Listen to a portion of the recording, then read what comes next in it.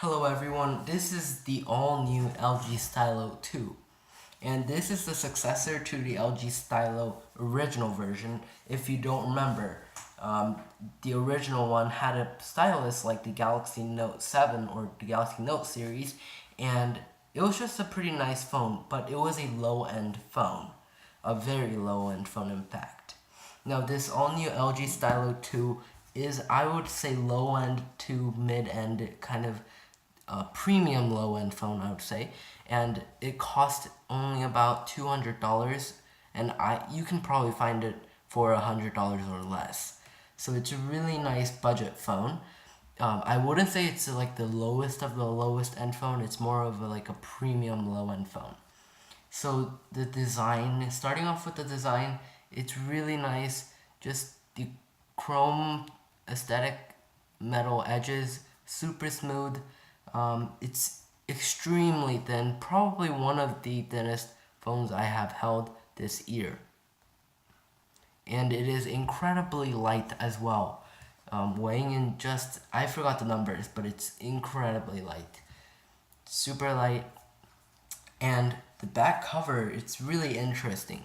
So if you guys remember the LG G4, it had that kind of a diamond dimple pattern for the back cover, and this one doesn't have the diamond dimple, but it does have this diagonal line, if you can see right here, and that has like a little texture, so it's like a little bump.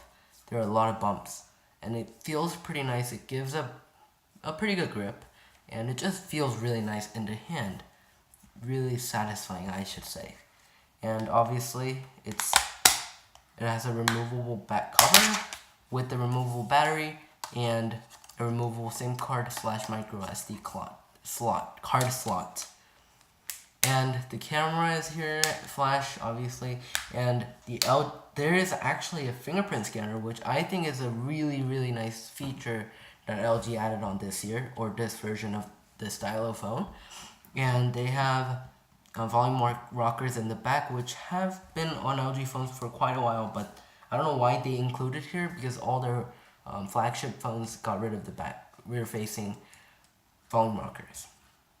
And let's not forget about the pen, or the stylus.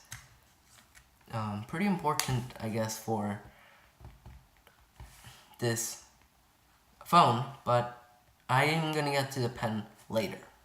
So let's put it back in.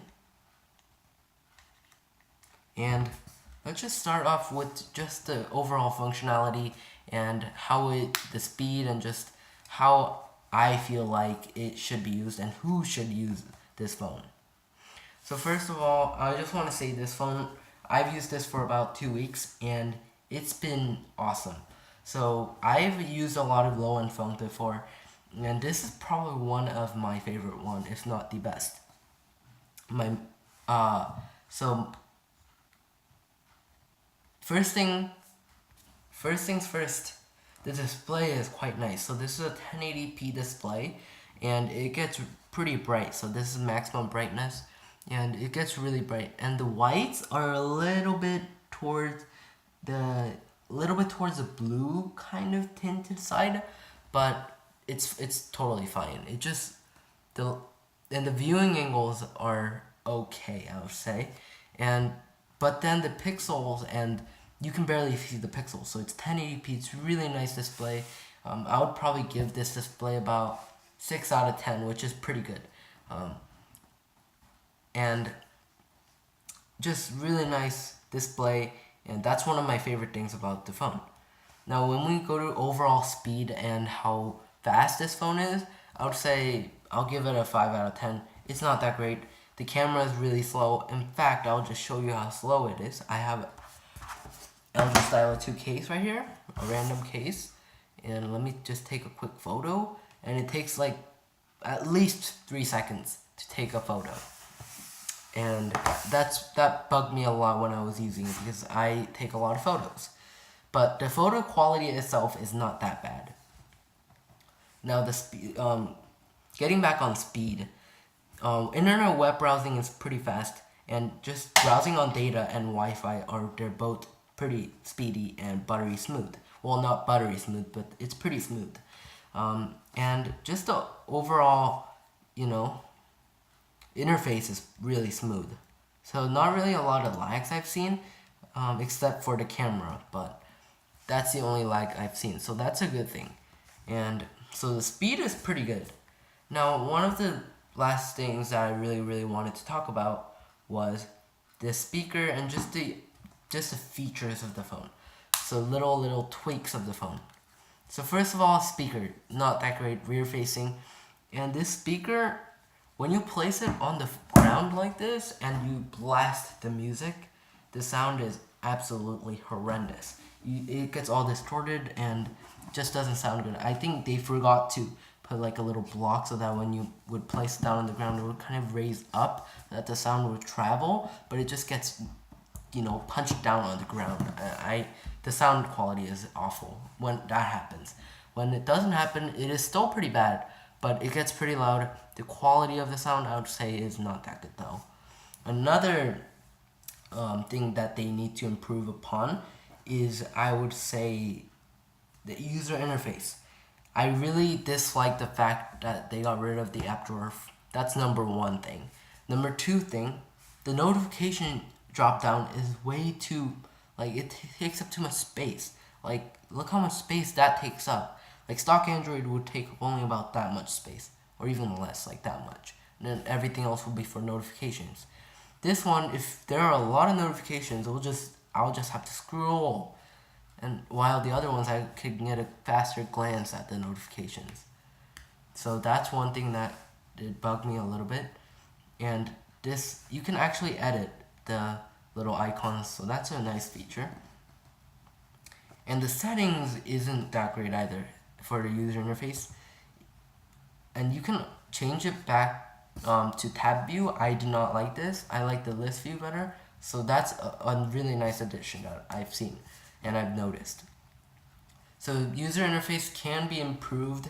I would say it's pretty good. Visually, it's really nice. It's almost as good as stock Android. I really like this color scheme of white and greenish color, and just this bright color scheme is pretty nice. I mean, I like it. Circular icons, I really like that. And blending, icons and all that stuff. I really enjoy that. Now, I've said a lot of bad things about this phone, I think, so far, but there are really strong aspects of the phone. First of all, the design and how light it is. It's super light. The gold accent just looks pretty nice, and again, it's really light, so that's, I think, one of the best features of the phone. Super light. And the fingerprint scanner is another really nice feature. So it's almost like the Pixel imprint or the Pixel fingerprint scanner, where you don't have to press the button and you can just lay your fingers on top of it, and it will just unlock your phone. You can also press the button, but you can just lay your finger on it and it will unlock it for you. It's not as fast as I wanted it to be, but it's pretty responsive, and it is in fact more responsive than the Z Max Pro's fingerprint scanner in perspective. And I'm going to talk about the ports really quick so that you guys don't freak out that there might be no headphone jack or something, and that's pretty important in 2016. So micro USB, no USB Type-C, micro USB, headphone jack, and that's it, I think, and microphone here. Now let's just go to talk about the pen. So the pen can be pulled out of the right hand side of the phone, and once you pull it out, this screen comes up automatically, always. You can disable it, but it's there by default.